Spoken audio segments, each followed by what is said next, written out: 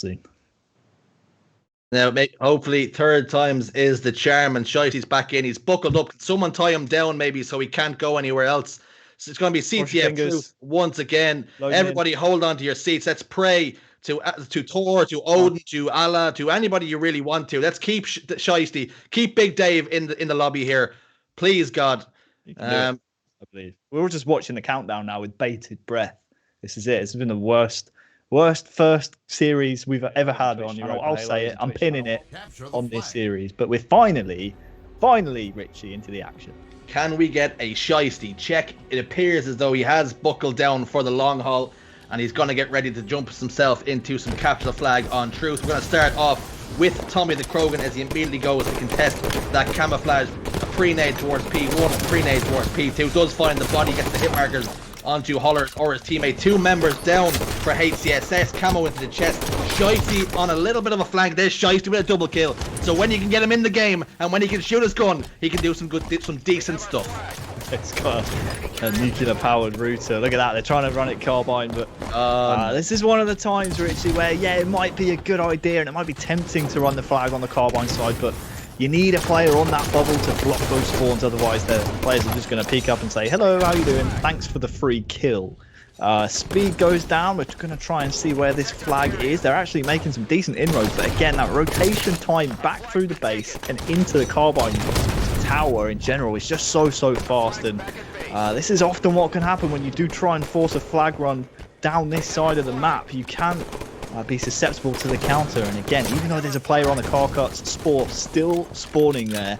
That's just how prevalent that spawn zone is. So now we have a bit of a flag standoff just over a minute into the game, so not another power up to worry about until about a minute's time. This could be a tasty one here, Richie. What I do appreciate here, Harry, is the fact that we have pre-game said, whatever you do, do not run the flag car side, and the players have said, haha, hold my beer. And both teams have ran the flag car side one time. And now we have got that inevitable flag standoff. Crossman in the base, puts some shots down to Sunrise. Sunrise wisely decides he wants no more of that smoke. It's going to be 1-0 for KroganaVaccine. And that is all stemmed from that one carbine push. And they've finally got the job done. They're up 1-0 after that incredible start.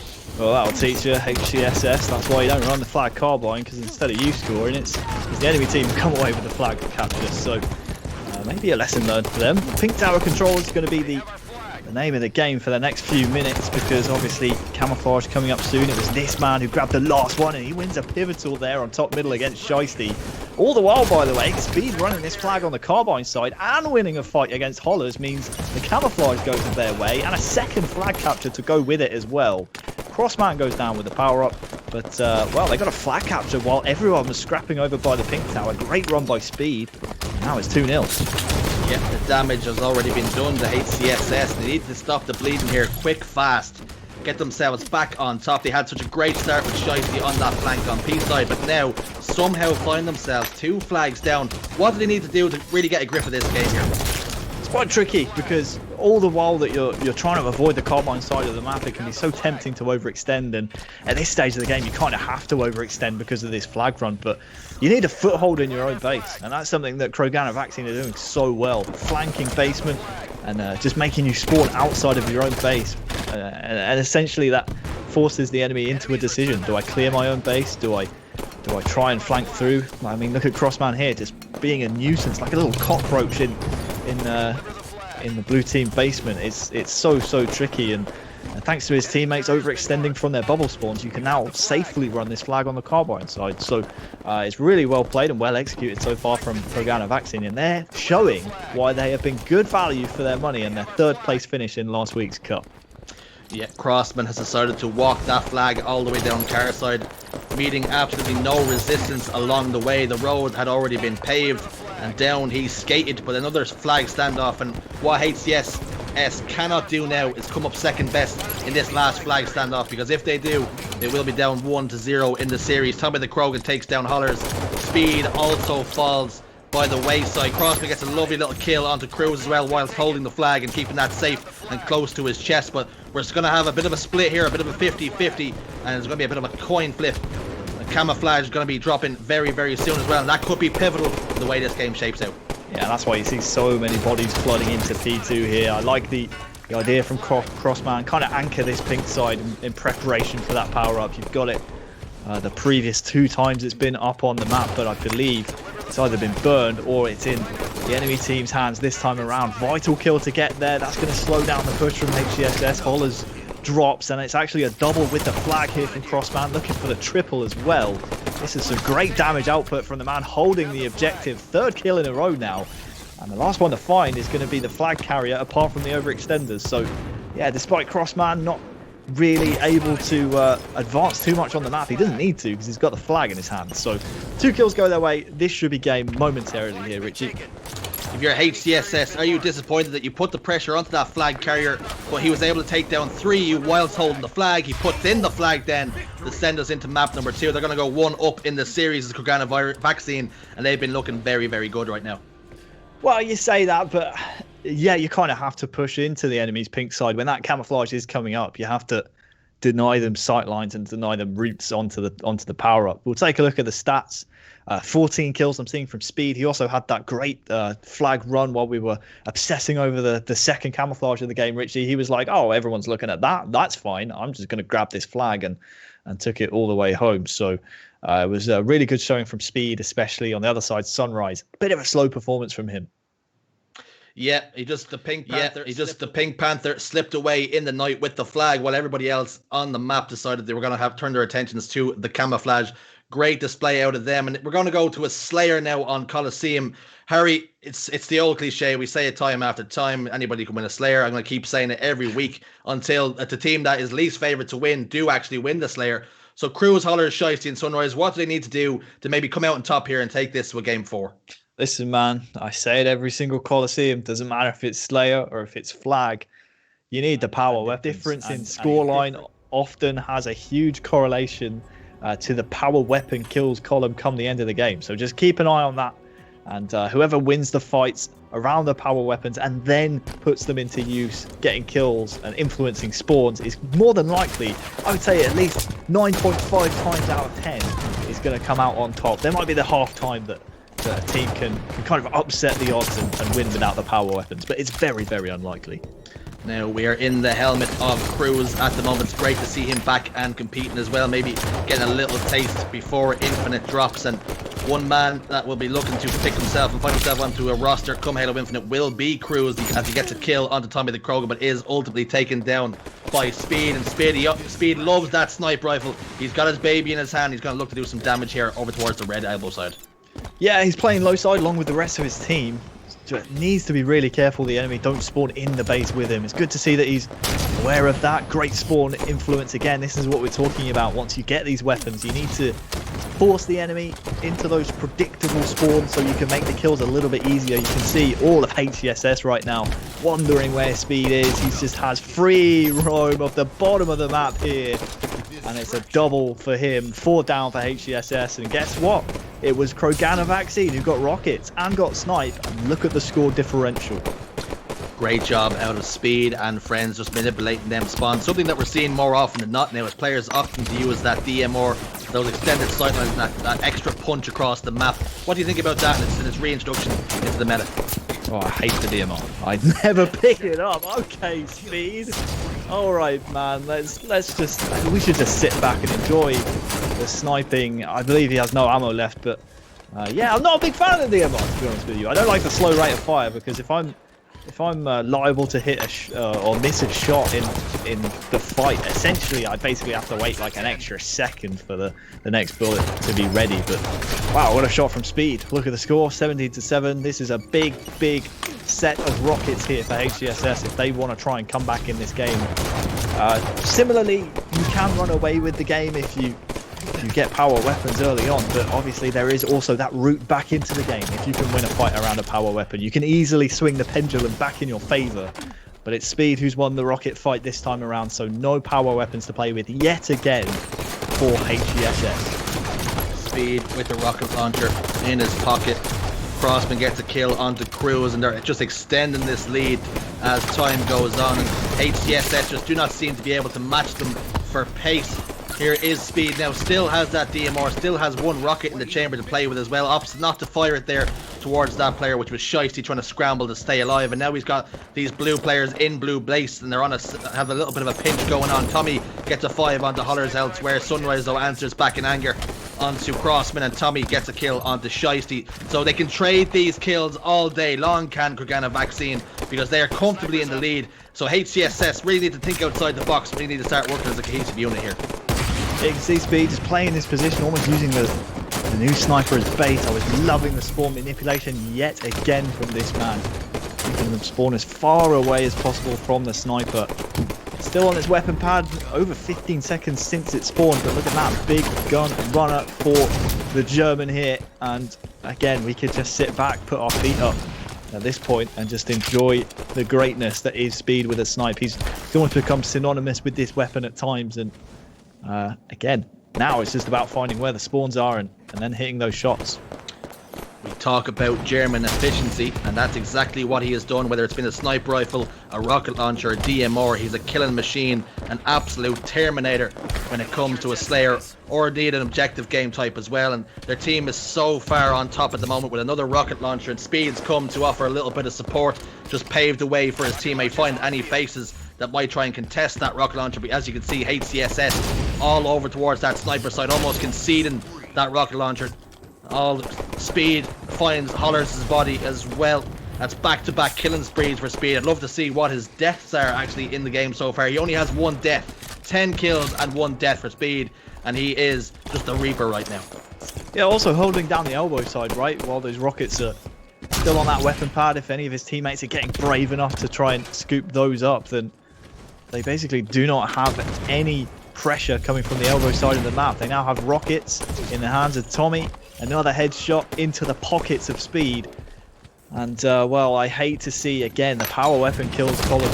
It might just be full of this man, to be honest with you. Rockets, sniper, he does it all. And that's the beauty of the DMR, as you were saying. The 2-shot beatdown makes it so much quicker and easier for you to trade yourself off. So, yeah, it's just target practice for Speed at this point. Target practice indeed, as we jump on to Tommy the Krogan. And Speed, you know, his handle is the Speed Show over on Twitter, and that's exactly what Game 2 on Slayer Coliseum has been. It's almost been a one-man army. But Tommy the Krogan as well has actually outslayed his teammate. He's got more deaths, but he's outslaying Speed. So we've been giving Speed all the love, but Tommy the Krogan quietly in the background has been racking up the kills. I mean, just in general from the whole KroganaVaccine squad. I mean, Spore and Crossman as well, you know. We haven't been, you know, screaming from the rooftops about them, but it takes a whole team to manipulate spawns and collapse on them together. So, yeah, we can highlight Tommy and Speed's kills, but most of them aren't possible without the whole team collapsing and manipulating those spawns as much as they possibly can. We're in garbage time now, just 3 kills to go, both sets of power weapons on the map in around 10 seconds time. But to be honest with you, at this point, I don't think they'll even have a chance to appear because, well, Coliseum Slayer is home to many a steak dinner, and, well, they've avoided it at the very last gasp. But, yeah, this is pretty much the tale of Coliseum Slayer. It's happened every single time in the HCS over the years that I've had the pleasure of commentating this game. Whoever gets the power weapons, man, wins the map every single time. So if you're HCSS here, Harry, and you're going into Game 3, what have you done wrong, and how do you improve, and how do you maybe win Game 3 to push this series on? It's a good question, and we can see again there the power weapon kills column. Not a single one from HCSS. That's probably the first thing you've got to fix if you're looking to maybe make a dent in this series and come back and perform the reverse sweep. But listen, man, like, when you see Coliseum Slayer Game 2, you already know in your head, if you're not making the power weapon fights go in your favor and using the power weapon kills, or at the very least turning over the power weapons and grabbing them and utilizing them yourself, you're not going to have a chance of winning that map. It's just the nature of the beast that is Slayer. I honestly feel like come Halo Infinite time, and this is probably the best way and place and time to say it, we reserve Slayers for Game 5s. You know, let's make Slayer hype again, because Game 2 Slayers on Coliseum, bro, I fall asleep. Once one team gets a set of power weapons, they've already won the goddamn map. Like, how we haven't figured out what's going on with Coliseum Slayer yet is kind of crazy. But we've had a false start. I'm willing to bet that it was Shiesty once again, or maybe the wrong game type. Who knows? But yeah, Slayers game 5. What do we think? I think that could be pretty hype. It sounds to me like you are pushing an agenda, and you're bringing some politics over here, looking for a little bit of a rule change. And you're right; it could be a really like just hype game 5. But then you also have the problem is if you lose that Slayer game 5 and you do lose a series or a tournament because of the Slayer, that could hurt just as deeply as going out in an objective game type. Yeah, I mean it's true, but at the same time, what are you doing in objective? I mean, you're playing a game of Slayer at the same time as just running an objective. So you can't say that we weren't prepared for Slayer, because you're manipulating spawns in objective games. You're fighting over power weapons in objective games. Like, how is this any different from objective games, other than the fact you just have to worry about kills? You have less to worry about. So I don't really think you can make that argument as a player, but I just think a Slayer halfway through a series is kind of a buzzkill, to be honest, because especially at game 2, you get a Coliseum Slayer and we're in this kind of situation like we are now. I mean, yeah, the better team won, and it's a skill in and of itself to control the map and control those power weapons, but it's like, I don't know. I feel like it's a bit of a wet sponge on a series, you know what I mean? I'm losing wood over here trying to watch some Halo. Now, what I'm hearing is, because it's only a matter of time before you say that you actually want Extraction back. So go on, say it now and forever hold your peace. Extraction was a great game type, and I hope it comes back in Halo Infinite. I'll say it. I don't care. He wants Extraction, and no doubt he wants Station 9 back as well. He loves his little bit of Extraction. We were getting word that Speed felt a little bit unwell, but we are now starting up on Strongholds Plaza. KroganaVaccine looking to close out the series in swift fashion and punch their ticket into the next round. And Speed, Spot, Tommy and Crossman have done a fantastic job thus far, and HCSS have just been a little bit off the pace, a little bit tentative, a little bit negative, not being able to control the map in any way, which shape or form. But they have got a Stronghold here where they can maybe bounce back and make a series of. Yeah, it doesn't bode well, does it, when you're just coming off a game where you were unable to control the map and you enter a game 3, which is a game type literally about controlling the map. So yeah, they could be in for a bit of a struggle bus here. Might be purchasing 2 first-class tickets, and it's actually KroganaVaccine who are scoring first here. So it's as you were, following on from game 2, and honestly, most of the kills in the kill feed just going to the KroganaVaccine as well. It's all about getting those first 2 kills if you're the team trying to break out of this total control in the team fight. You get 2 kills and immediately you have numbers and you can start thinking about grabbing those objectives. But it's when you don't have the numbers, that's when things start to go south. Speed here, if he gets away with a kill, that's kind of crazy. Cruz, we need to get you in an octagon, bro. We need you warmed up. First camouflage of the game has been burned, so neither team can be criticised for not making any use of that. One thing I will say for HCSS thus far is that they're playing very reactionary. They don't seem to be able to push the envelope, push the pace of the game. It's all KroganaVaccine in their face. And that's sort of how Cartel play. They do not give you a second to breathe. They're all up in your face, all up in your grill, and you can't get anything done. And as you can see, Crossman and Coke picking up a double kill now, looking to transition this yard into his team's favour. And there we go, a triple cap in full effect. And they've got HCSS all trapped in that loop. Yeah, you're so right. It's very reactionary, isn't it? But it's very proactive gameplay from the other side, which is why we're seeing this just impossible stranglehold. They're almost using yard as if it's like a Venus flytrap. Look at Crossman here, going to try and use this sneaky position. I'm not sure if he knows about that player that spawned over in the yard. That could be a potential banana peel for the rest of his teammates. But with the new camouflage coming up, you're already up 55-0. You're in a pretty good spot here if you're KroganaVaccine.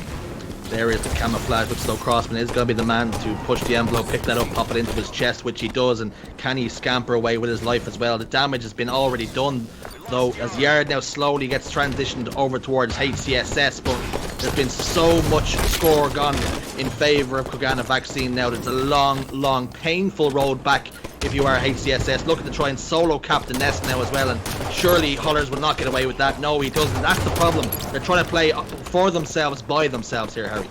Yeah, he knows.